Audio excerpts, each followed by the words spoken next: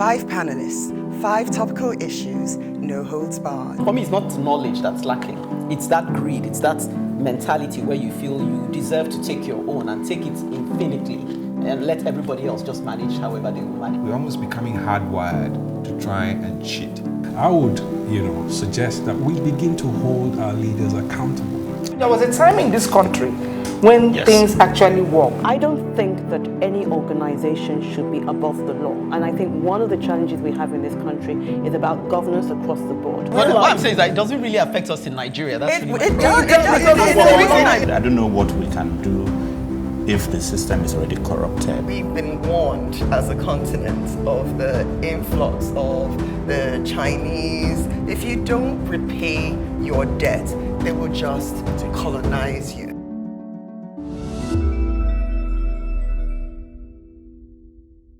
My advocacy further teases the first 2 advocacies we've heard.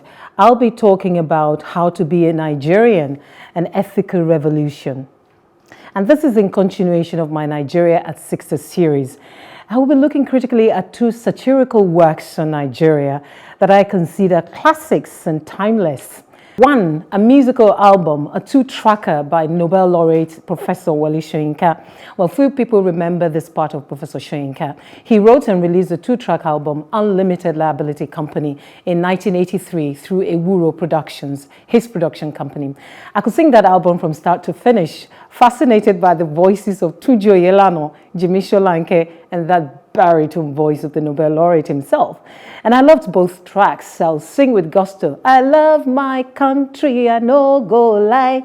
Now inside I go chop till I die. I'll sing along when the leader asks, Etika Revokini, and then I'll join the chorus to answer Etika Revolution.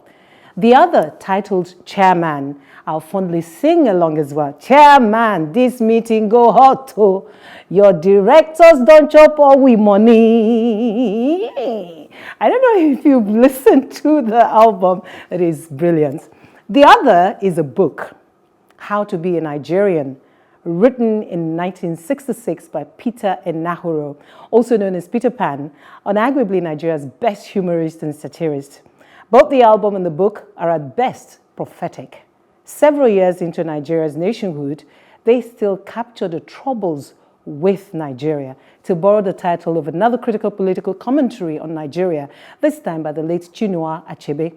As I reflect on the musical commentary, I find an uncanny semblance in content with Peter Enahoro's profiling of an average Nigerian and his ways, pretty much about the identity of a regular Nigerian.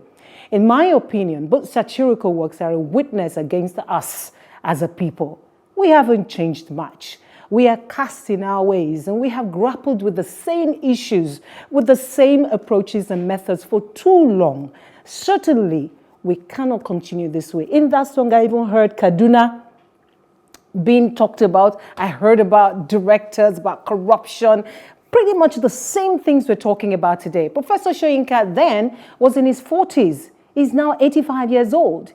His grim sarcasm in the production still rings true of us as a people who are desirous of change, but who are largely in the grip of a curious way of life.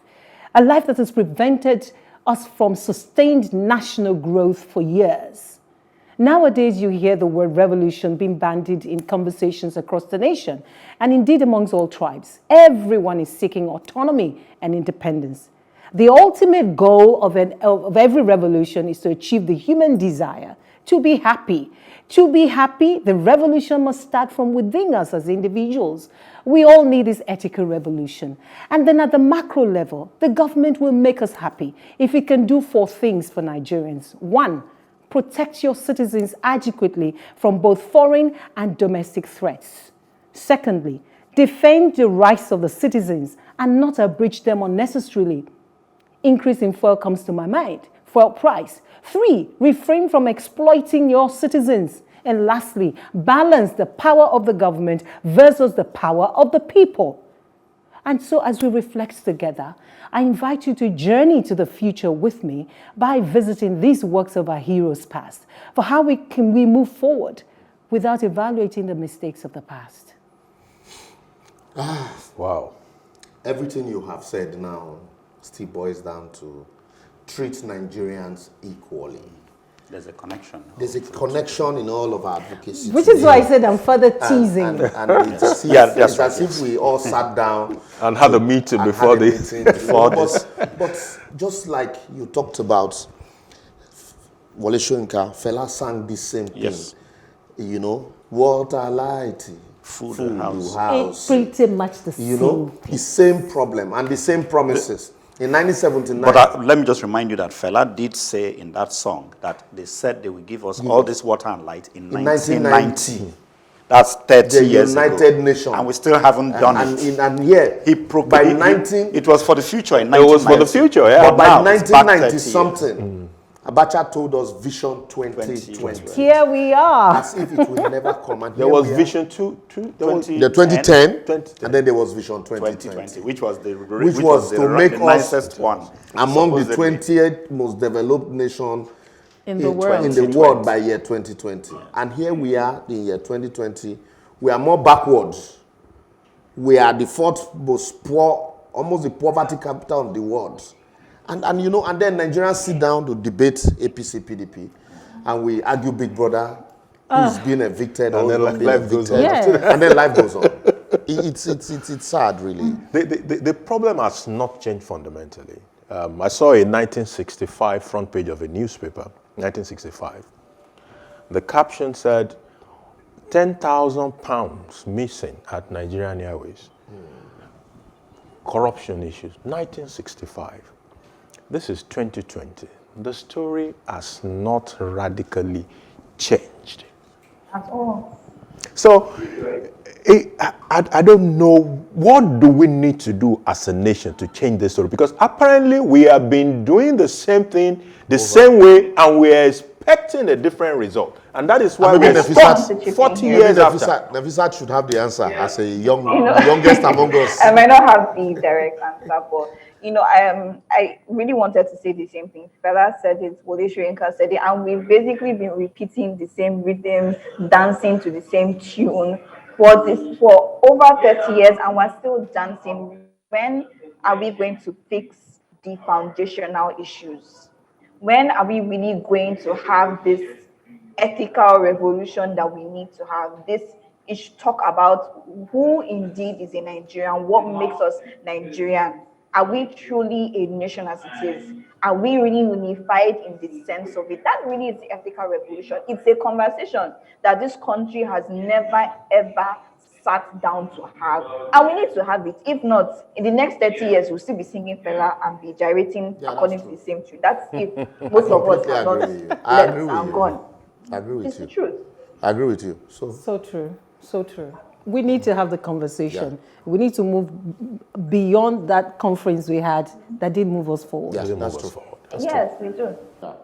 Talking about our country, Nigeria, after the break, Bolahon raises a topical case in point. 5 panelists, 5 topical issues, no holds barred. For me, it's not knowledge that's lacking. It's that greed. It's that mentality where you feel you deserve to take your own and take it infinitely and let everybody else just manage however they will manage. We're almost becoming hardwired to try and cheat. I would, suggest that we begin to hold our leaders accountable.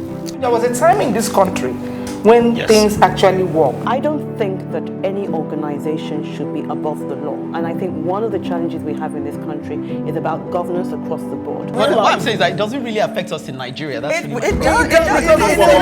I don't know what we can do if the system is already corrupted. We've been warned as a continent of the influx of the Chinese. If you don't repay your debt, they will just colonize you.